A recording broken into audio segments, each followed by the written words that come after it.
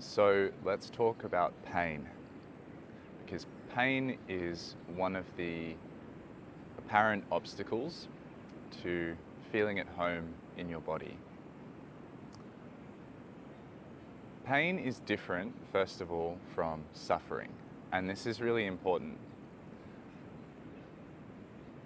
You might suffer because there's pain in your body, but the pain isn't the same as the suffering. So we need to cover this off. The suffering is a perspective or an experience of having pain when you feel that it shouldn't be there.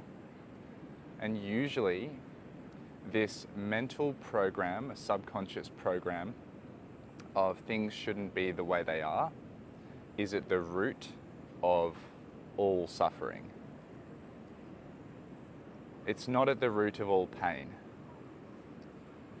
Thinking that it's your fault, thinking that you've done something wrong, feeling frustrated that things can't be different, all of these variants of that subconscious program come off as different branches on the tree of suffering. And once that root system or that trunk of things shouldn't be as they are is there, that paves the way for other stories to come in and for us to unwittingly buy into these complications and these suffering anchors that weave their way into our perspectives and behaviors and life, and then become self-fulfilling prophecies. Okay? My back shouldn't hurt this much. I'm only 23. Therefore, if that's true, well, there's something wrong with me. I'm not a normal 23-year-old. A back should feel differently. And that opens up a whole range of other directions of seeking and grasping and clinging and needing to control and needing to understand, and feeling like peace and comfort and home in the body is not available until those questions are addressed. So you're making more and more work for yourself by telling a story about whether or not pain should be there. And this is the first on-ramp to suffering that we all tend to experience, because we see pain as a negative, problematic thing which needs to be erased from our human experience. And I'm sure that if you look for examples in the culture and in various systems, you'll be able to find examples of where, rather than understand pain, whether it comes from our body or whether it comes from the pain of others emotionally through the experiences they've been through, the culture attempts to sweep it under the rug, to dismiss, to deny, and there's a lot of guilt and a lot of shame about feeling pain. And it's because we all, in this modern society, are subject to this conditioning that pain is somehow wrong. Okay, so that's covered. That conditioning comes with suffering. They go together. And as we uncreate or deprogram that aspect of the mind and how we relate to pain, we're also doing this wonderful, liberating work of deconditioning our social sphere, starting with this ecosystem of the body and then beginning to decondition and liberate our conversations with others about pain, or our understanding of their body when they're in pain. We can meet them with more compassion, with more presence, with more empathy and connection, without this intermediary of these weird judgments about shoulds and shouldn'ts, and this constant ashamed self-reflection. So when it comes to actual pain, pain is a sensory experience which comes with the interpretation of threat. Okay? So we're not going to dive deeply in this conversation here into neuroscience or into the various receptors that operate in the body to transmit signals and what they're called and all of that, I don't think it's actually very important in your practice. What is important is that you know that pain is a sensation which is perceived as a threat. And that perception, that threat perception, happens in the brain, not just in the tissues or in the nerve endings or in the body. Okay, that's where information is relayed, and there's different types of receptors for pressure, for heat, all of these different things, but it's interpreted in the brain as either okay or threatening, and that can have an effect on how painful that sensation is perceived to be.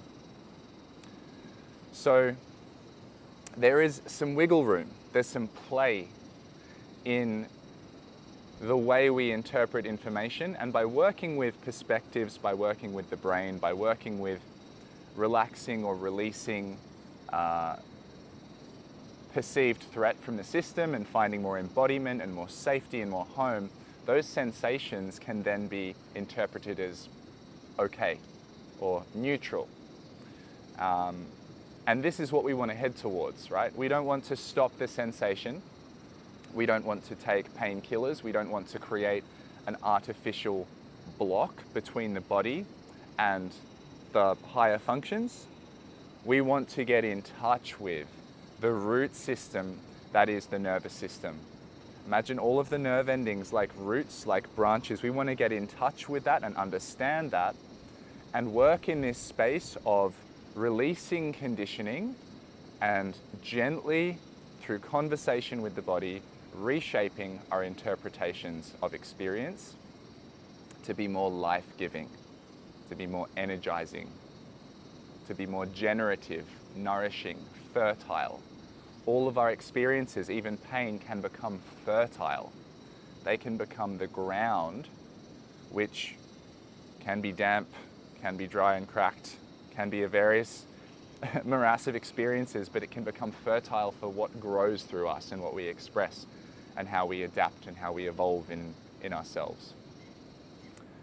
So pain, one way of looking at it is pay attention inside now. Your body is having an experience which, through your design, your makeup, your brain, the way you know the world, is being interpreted as threatening. It's saying you need to have a look at this. We're flagging this for your attention. Pay attention inside now. And so it's a messenger. Don't shoot the messenger. Listen. Okay, what is it that I need to be paying attention to? And what are the conditions around me and within myself that I can work with to bring myself towards nourishment, towards safety, towards opportunity, and away from more potential damage, higher threat, and the suffering of going against what my body is feeling. So let's say you have a sore knee. There's nothing wrong with the knee being sore. That's the first thing. The subconscious program, things shouldn't be as they are, that root of all suffering. If the knee hurts, the knee hurts. There's no shoulds, there's no ifs, there's no buts. As soon as you can accept and be receptive to the soundness and validity of that pain, then you can investigate.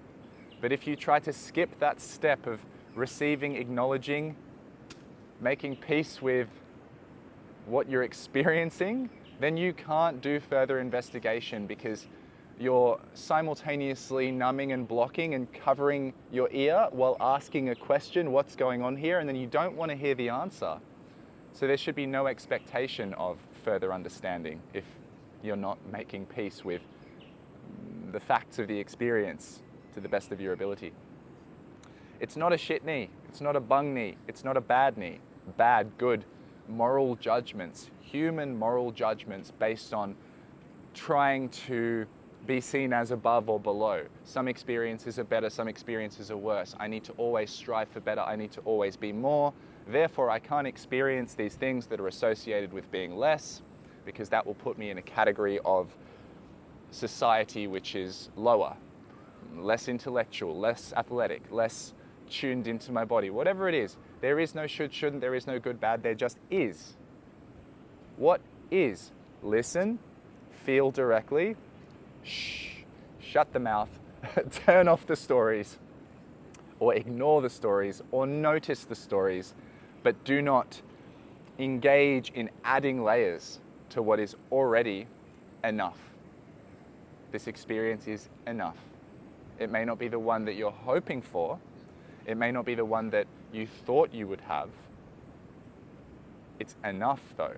It contains what is necessary in this moment, and precisely this moment, for you to cultivate a deeper connection with yourself and your world. So when the knee hurts, we explore. We explore. That's the first thing. We listen.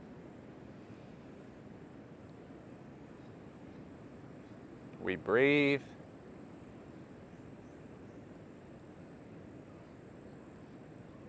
We notice, are there any thoughts? Are there any stories? What's my state of being like? Am I tense? Am I foggy? Am I resistant? Am I clear?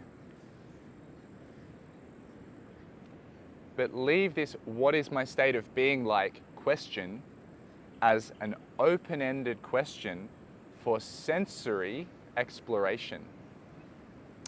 So when we're trying to make sense of an experience, those words should direct you towards your answer. It is a sense-making process. We make sense of our experience. We don't make thought of it. We don't make story of it. We make sense of it. So if you drop into the open-ended question of what is happening here, and then you feel and you breathe and you allow the sensing to happen as you soften into the experience, you're likely to learn more about what's going on in that part of the body that's hurting. From there, you can explore a little bit of movement. You can explore various directions and connections. You can explore touch. And all of these things are so natural. Have you noticed that? Someone has a sore shoulder, you'll say, oh.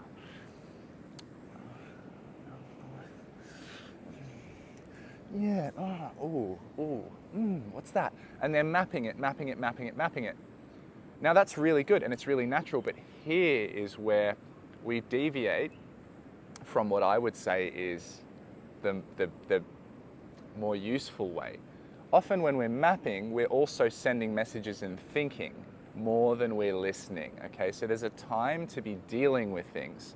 There's a time to be going outward, problem solving, directing, speaking into life, being the active force. But when you're exploring and when you're listening to a part of your body, because you're performing this kind of self-diagnosis in a way, but you're not looking for the answer, it's just exploration.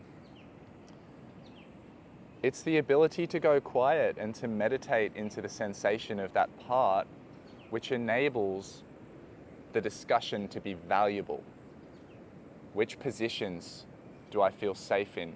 Which positions make me want to breathe faster and scrunch my face up? If I'm breathing faster and scrunching my face up, then there's naturally going to be this travel to a part of my brain, a part of my memory bank, with all the other times where I tensed up, scrunched my face, and they're usually associated with something which is going to connect to a whole range of other experiences. So we're always making these connections and inroads and pathways in the body. So as you're listening,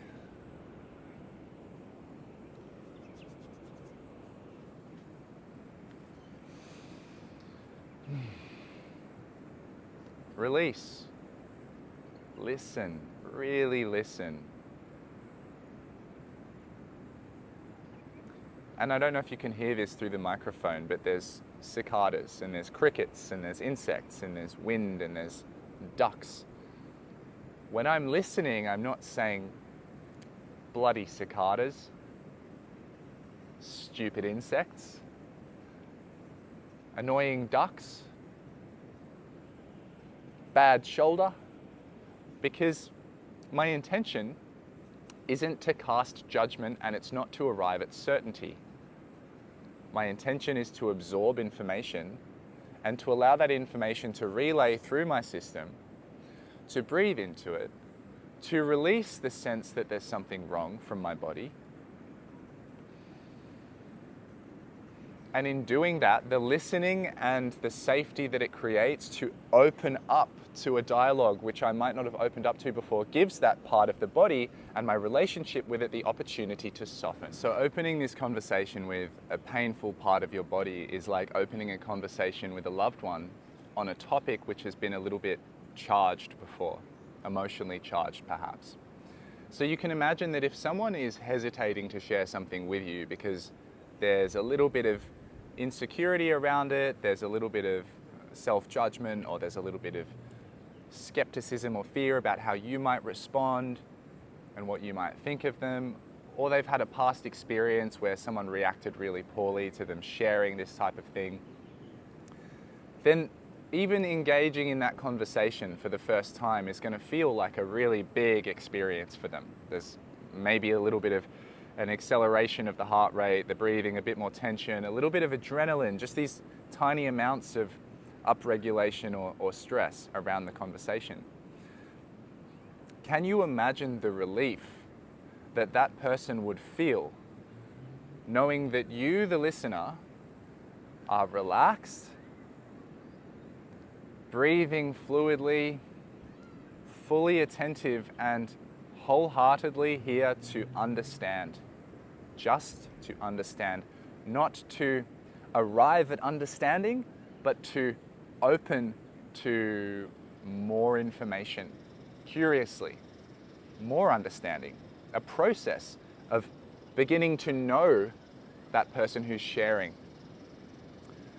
Imagine how beautiful it feels to that person sharing who was hesitant to be able to say what they needed to, and to have this wonderfully receptive, secure, safe, curious response for the first time.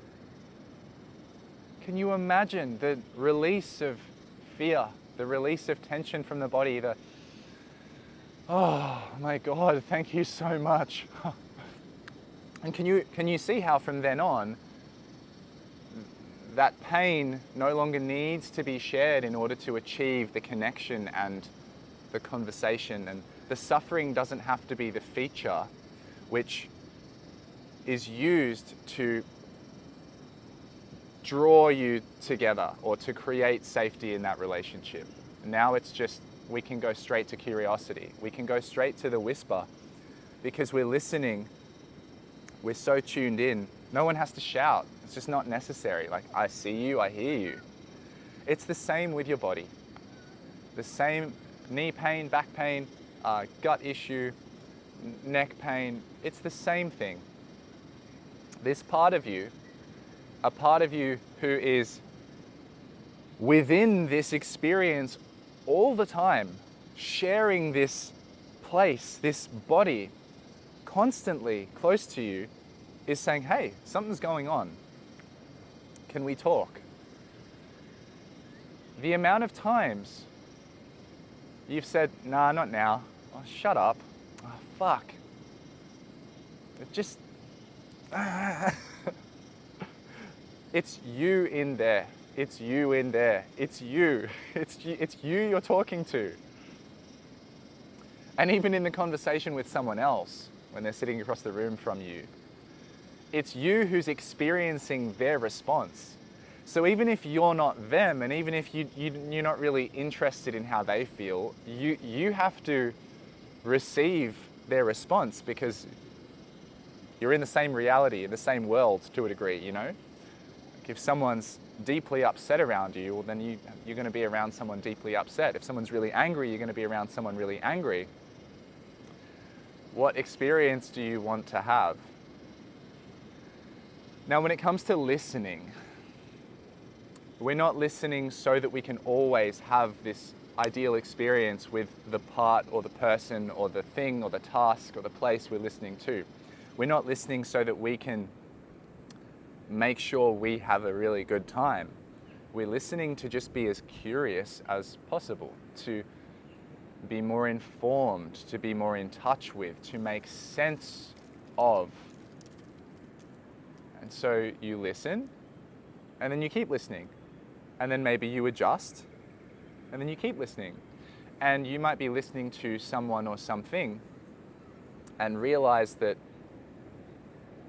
perhaps the kind of connection you each want, or the kind of experience you each want, is not one that can occur under these conditions together right now. An extreme example, drunk guy waving a knife. Listening, tuning in, does not mean, oh, I'm going to move towards you and I'm going to heal you. No, ick. It means I'm going to make sure I'm okay. And then if I can, while I'm sure that I'm okay, I'm going to make sure that you and everyone else are okay, if I can. But the conditions may not be such that that's the case. It may not be possible that today, under these conditions, with this conditioning, with this level of connection to my body, with this level of energy and resourcefulness or capacity or skill set, I'm able to deal with that. It may not be something I can deal with, and so we can postpone or we can walk away for now. But when it comes to your body, it's a little bit different in that you know that there's a part of you which, unless you amputate your leg, is going to stay a part of you. And so the division doesn't become a spatial division, as in I'm going to leave this town and I'm going to leave this job. The division becomes an internal division of I'm going to withdraw consciousness and attentiveness from this area, or I'm going to address this area with an ashamed, angry, resentful consciousness, and I'm going to wire the sensation I'm feeling with the shame, anger, and resentment, and I'm going to connect them in my brain so that knee means shame, anger, and resentment, and every time the knee speaks to me through a sensation saying pay attention inside now, shame, anger, and resentment is going to come up, and then I'm going to connect that with all of the shame, anger, and resentment experiences in my brain and the memory bank and that whole highway and that ecosystem, and I'm going to grow that. So when we try to reject an experience which is already present within our bodies, then we can end up creating more of a rejection experience. We create a rejection map, we create a shame map, we start to put furniture in those rooms and build the house and expand the ecosystem of shame, rejection, anger, resentment, and knee, and all of the stories that come with that. And that is a choice that we can make. But what you can also do is, okay, I'm feeling a lot right now. My knee's hurting a lot. I really have some things that I do need to do. I'm going to give my knee 30 seconds of sincere listening, some very gentle movement or a little bit of loving touch, and then I'm going to go and do what I need to do. Or I'm going to come into the knee, I'm going to feel the knee. I'm going to soften my breathing, soften my face, tune into listening, tune into aliveness. The knee is part of the aliveness. Hello, knee. Cool. Where do you want to go now? Where do we want to go now? How's it feeling now? Has anything changed? What can I notice? And then we can make an adjustment. Perhaps I want to move a bit now. Perhaps I'm at the limit of my ability to feel this, and I'm noticing that some stories and some frustration and some heaviness are coming in. Well, what's the adjustment for that? Am I able? Do I want to let that go? Can I? How would it feel if I did? Or is it time to take a break, go eat something, have a nap, get some social connection, and then say, hey, let's revisit this conversation later, body, knee. So it really is a relating style. Working with the parts of your body working with the parts of the broader ecosystem, working with our beloved humans, animals, pets, any sensation. It's a relating style. And what you practice and the level of listening and attentiveness that you can bring to one thing becomes the neural pathway, the space within your being that you can then explore bringing to something different.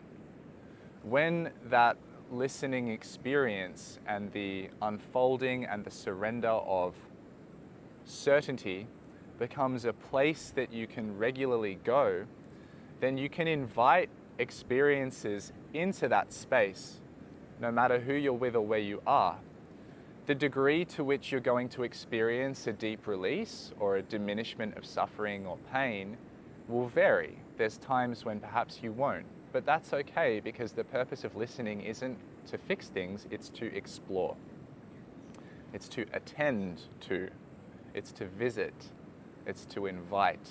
And then you make another decision, you remove some options, and then you reassess and you listen, you open up again like the flower. That guides you again, and then you listen again. And so when we're dealing with the body, when we're dealing with our emotions, when we're dealing with other people, when we're dealing with painful experience, often that pain and the contraction and the resistance to the pain really is what's causing the contraction most. It's the ideas about the pain that cause the contraction most, the conditioning around I shouldn't be in pain. That's what causes the greatest contraction. When we find ourselves in those experiences, we just start to make these very, very subtle adjustments towards an increased degree of softness, an increased degree of listening. We're not asking for 100%. We're not asking for bucket loads more than we've ever done. We're not expecting this flower of our being to open up hugely to the crazy weather outside that we've never explored before, and then blaming ourselves when we can't open up and feel good. We're exploring, what is my capacity today to release into presence with everything that is, without story. What's my capacity today?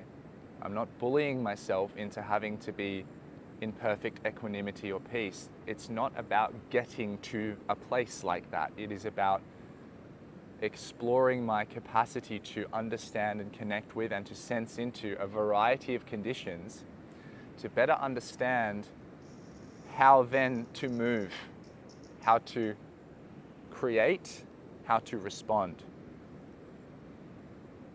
I'm going to respond to a change in sensation in my body. I'm going to respond to a change in emotion. I'm going to respond to a change in your behavior. I'm going to respond to a blizzard, a thunderstorm, direct heat on my skin. I'm going to respond. It's not that I'm passive and it's not that I'm changeless in the way I interact with the world. It's that I'm more engaged. I'm more interested. I'm aware of more opportunity for movement and for change and for creation. And I'm aware of how that's happening through me even when I'm not making a choice. And because I'm aware of how much movement there is and how much change there is and how much uncertainty there is, I embrace the truth that I don't have to have it all figured out right now. I don't have to make that final decision about what I'm going to do about my knee or about that relationship or about that man over there or about the weather today. It's just a softer, more winding, moment to moment, millimeter by millimeter adjustment, which feels smaller and more gentle and more high resolution and precise than anything that I've ever experienced. But it's not asking me to walk 100 kilometers into my internal world or heal the knee in a day. It's not asking me to be anything that I can't be. It's simply a process of attentiveness to change and to the potential to change in tiny, tiny, tiny granular directions towards what is more generative and what serves my life force and serves the collective. When I can relate to my pain in this way, I can meet others in their pain in the same way. And that's a beautiful thing, because then we both get to experience a level of openness and listening, and there's space. There's space for everyone. There's space for everything. I can walk past the animal, the bush turkey. He doesn't have to sprint away. I don't have to sprint away or kick sand at him because I'm super afraid of the bush turkeys. I can explore moving away slightly, and he can explore, oh, okay, he's moved away slightly. I don't have to run away now. We're listening. We're not forcing connection. We're not forcing absence. We're not forcing a perspective. We're actually just allowing there to be less of a perspective and more of a sensory experience, more of a direct washing through of what is, with less ideas about what should or could be. Now, with that vastness of information and that depth of listening and the receptivity, we are so informed and so in touch with the pulse of life through us, through the world, through others, that we're able to make better decisions. We make more attuned decisions. What's the note that needs to be played in this scenario? How much space? How little space? How much tension? How little tension? Not right or wrong, but like, what are my options? Which ones would feel interesting? Which ones would feel fun? And with that, the decisions end up being more appropriate for the circumstances. The decisions end up being more appropriate for my conditioning, the conditions, internal, in every sense. And because of the appropriateness of those decisions and the well-placed steps through life, there's no need then for more conditioning and more rules, and for me to live the way that someone told me to, and to stress out about my knee because I read something somewhere that said this and da-da-da-da-da. And I don't have to try to clutch my past experiences as if I know that that's exactly how things were, and then make sure that the future is the same so that I can feel safe, because I don't get my safety anymore from forcing and from locking in and from fixing myself, attaching, clinging to who I am and how things are and how my body feels and how the world is. Instead, my security is coming from spontaneous listening. It's coming from this intuition, this internal tuition, and this cycle of listening, responding, very interactive, interaction, interdependence, relationship, feeding, listening, giving, receiving, acting, assessing. Beautiful, beautiful, beautiful, beautiful. Left foot, right foot, one foot in front of the other, moment to moment, breath by breath, inhale, exhale, night to day. Every pulsation in the body is a variation in pressure between a little bit too much, a little bit not enough, a little bit too much, a little bit not enough. And it's at the edges of these experiences, at the margins of these experiences, which is where we're gently, with our soft hands, molding the clay. Our awareness meets the experience of a little bit too much, a little bit not enough, with such listening and such interaction that the clay of our being is molded in the world that we find ourselves in. And whatever the artwork that needs to come from that is, that creation becomes the medicine we need. It becomes the thing that we've been craving. And our way of interacting with something which we've never interacted with such grace or poise, becomes the thing which allows that fixed, stuck, suffering, painful experience to transform in the most life-giving way. We might not always understand exactly how or why, but that's okay, because we can trust in our ability to keep the conversation going. The sun will rise again tomorrow and it will set again tomorrow. After that wave, there's another wave.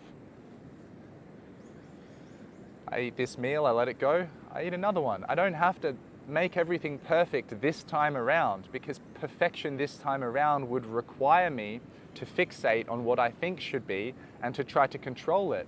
Whereas when I release that idea, then perfection arises through my suppleness. So this way of relating to pain, where you feel something, you notice the stories, you notice the tendency to want to create certainty, to project into the future and refer to the past. You allow all of that to be there, but you don't meddle with it. It's just like, that's fine, that's weather, that's weather. I'm not the weather, but I'm experiencing the weather. That then allows the softness and the conditions begin to settle. The water and the muddy water begins to settle, and I can see a little bit more clearly. I can feel a little bit more clearly. The pain may transform, the sensation may become more interesting. It may become like the pain on the bottom of my feet over time, stepping on a rock starts to feel like this nice tickle as my nervous system learns that that pressure is safe, and as my skin adapts and I give things time, just a little by little. So things really can change drastically and profoundly over time when we make these small adjustments in the way we relate to things. Small adjustments. And that's the process to trust in.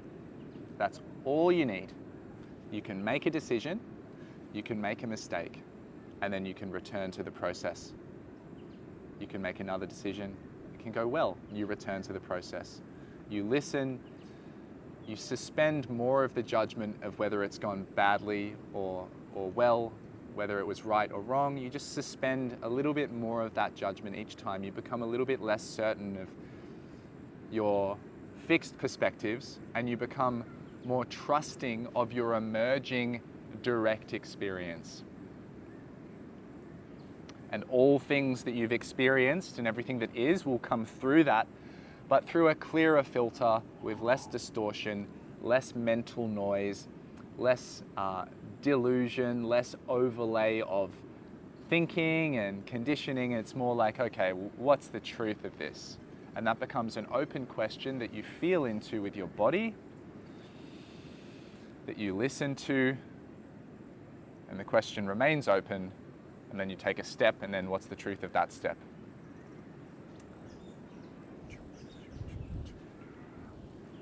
Playful. Hope this has been helpful. Pay attention inside now. Listen. Not to arrive anywhere, not because listening makes things nice, just listen. Feel into yourself, take a step. Can be a small step. What happens now? We repeat. And it's fluid, and it's ongoing, and it's alive.